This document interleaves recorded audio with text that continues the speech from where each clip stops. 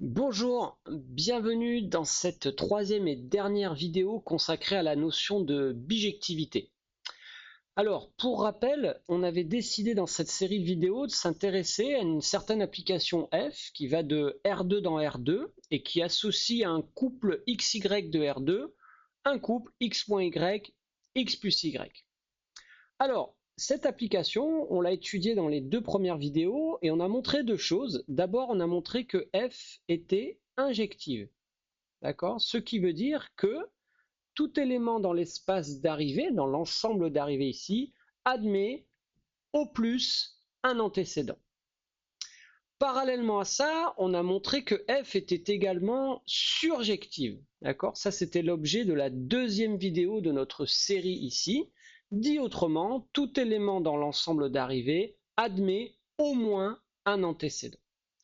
Alors, le fait que F satisfasse à ces deux propriétés font de F une application très spéciale qu'on appelle une bijection. F est dite bijective. D'accord? C'est la définition. Elle est à la fois injective et surjective. Alors, qu'est-ce que ça veut dire qu'elle est bijective? Eh bien, à la fois, elle est injective, elle admet au plus un antécédent, enfin, tout élément, pardon, de l'ensemble d'arrivée admet au plus un antécédent, mais elle est également surjective. Tout élément de l'ensemble d'arrivée admet au moins un antécédent. Dit autrement, être bijectif, ça veut dire quoi? Ça veut dire que tout élément de l'ensemble d'arrivée admet exactement un antécédent par l'application F. Alors, si on représente la situation avec des diagrammes de veines, d'accord, ou des diagrammes de patates, d'accord, donc là, on a notre ensemble de départ, R2. Ici, on a notre ensemble d'arrivée qui est également R2, et on a une application F qui connecte les deux, qui est donc bijective. Alors, ça veut dire quoi? Ça veut dire que si on choisit n'importe quel élément dans l'ensemble d'arrivée, d'accord? Par exemple, cet élément ici, appelons-le Y et donnons-lui des composantes AB. Alors, F étant bijective, on sait que cet élément Y admet un unique antécédent, grand X, ici, dans l'ensemble de départ. Alors, quel est l'antécédent associé à cet élément Y? Eh bien, dans la preuve de surjectivité, dans la vidéo numéro 2, on a démontré que l'antécédent de ce Y de composante AB ici était donné par le couple suivant, 1 demi de A plus B, première composante, deuxième composante, 1 demi de B moins A. Cet élément de R2 grand X ici est l'unique antécédent de cet élément Y par l'application F. F, elle prend X et elle l'envoie sur Y. D'accord? Alors ça, c'est très fort, parce que ça veut dire que tout élément de R2, noté Y ici, je peux lui associer un unique élément X de R2 à travers une application F. Alors ça, on peut le rephraser en fait. Si jamais j'ai la capacité d'associer à tout élément Y de R2 un autre élément de R2, à tout Y ici un élément X de R2, eh bien ça veut dire qu'il existe une autre application, d'accord, qu'on a l'habitude d'appeler F-1 et qu'on appelle l'application réciproque, qui va être l'application qui à tout Y de l'ensemble d'arrivée va associer l'unique antécédent par F de ce Y. D'accord? Et ça, c'est ce qu'on appelle l'application réciproque. Et cette application est nécessairement, elle aussi, bijective. D'accord? Pour récapituler, si F est une bijection, alors tout élément de l'espace d'arrivée admet un unique antécédent dans l'ensemble de départ. Il existe donc une procédure permettant d'associer à tout élément de l'ensemble d'arrivée un unique élément dans l'ensemble de départ. Il existe donc une application bijective qui prend n'importe quel Y ici dans l'ensemble d'arrivée R2 et lui associe son unique antécédent par F dans l'ensemble de départ. D'accord? Donc ça, c'est cette notion de bijection réciproque. D'accord? Donc F étant bijective, ok, il existe, et ça c'est vrai pour toute bijection, d'accord, une bijection réciproque, d'accord. Il existe une autre application qu'on appelle la bijection réciproque, d'accord, qui est associée à cette application f, et que l'on note f-1. Alors f-1, qu'est-ce qu'elle fait? Alors f-1, elle a pour ensemble de départ l'ensemble d'arrivée de f. Donc ici c'est R2. Et elle a pour ensemble d'arrivée l'ensemble de départ de f, d'accord, qui est aussi R2 ici. D'accord? Alors, comment est-ce qu'elle fonctionne cette application? Alors on vient de le voir, d'accord? Ce qu'elle fait, c'est qu'elle prend un Y ici dans l'ensemble d'arrivée, ok? Et à ce Y, elle associe un X. Et X, c'est quoi? Bah, par construction, c'est f-1 de ce Y, d'accord? Ok, f-1, elle prend ce Y et elle renvoie ce X ici. Et donc, avec X ici, par construction, hein, avec X, je vais garder les mêmes couleurs, avec X, l'unique antécédent de Y par F.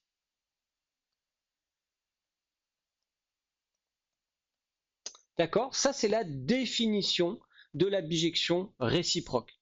D'accord? Elle prend n'importe quel élément Y dans l'ensemble d'arrivée de F et elle lui associe son unique antécédent par l'application F, son unique X. D'accord?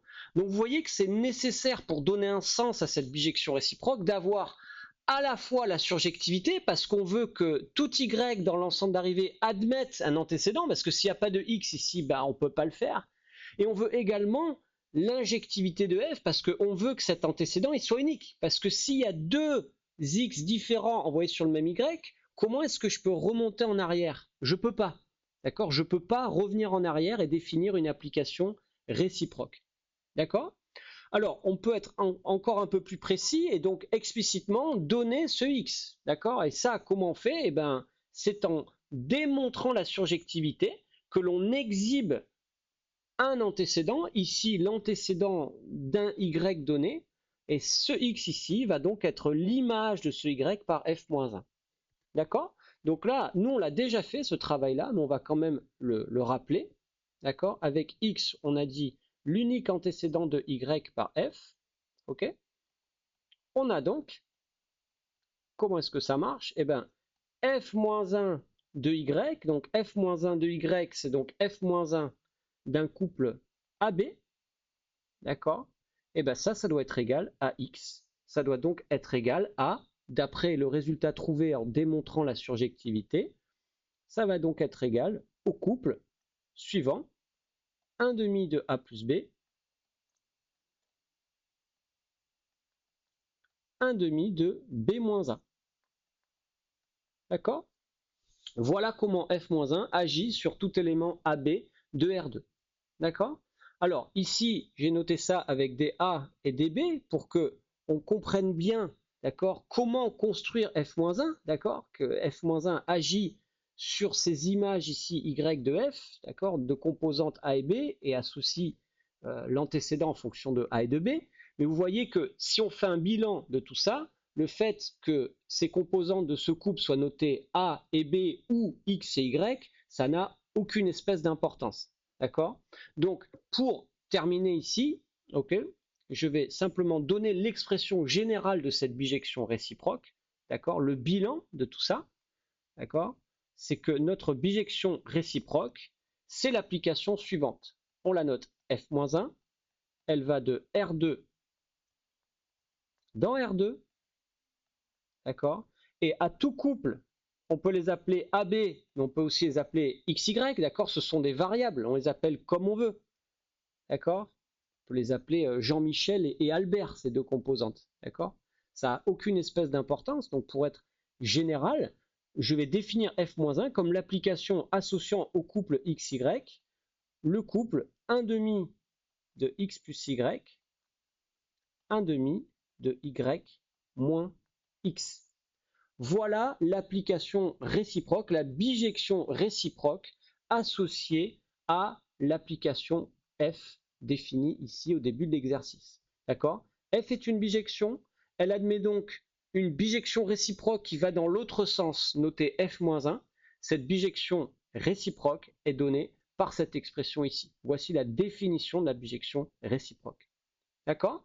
Alors, ce qui peut être intéressant, mais ce sera peut-être le contenu d'une prochaine vidéo, c'est de vérifier que ceci est bien l'application réciproque. D'accord? On peut vérifier que deux choses. D'accord? Pour vérifier que c'est bien la bijection réciproque, on peut s'assurer que quand on prend un élément ici AB dans l'espace d'arrivée, eh bien quand on fait agir f-1 sur ce couple AB ici, on retourne dans l'espace de départ, on obtient donc l'antécédent de ce AB, et si on réapplique f, on revient précisément en arrière.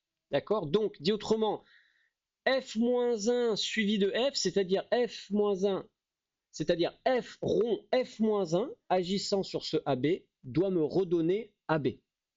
D'accord? Donc, on peut vérifier que si on compose f et f-1, si je fais d'abord f-1 agissant sur un couple AB, mais que je peux aussi appeler un couple XY, et ensuite j'applique f, et bien ça doit faire rien du tout. Ça doit me redonner XY. D'accord? Donc en termes d'application, on dit que f rond f-1, c'est l'identité. C'est l'application identité de R2. C'est l'application qui ne fait rien.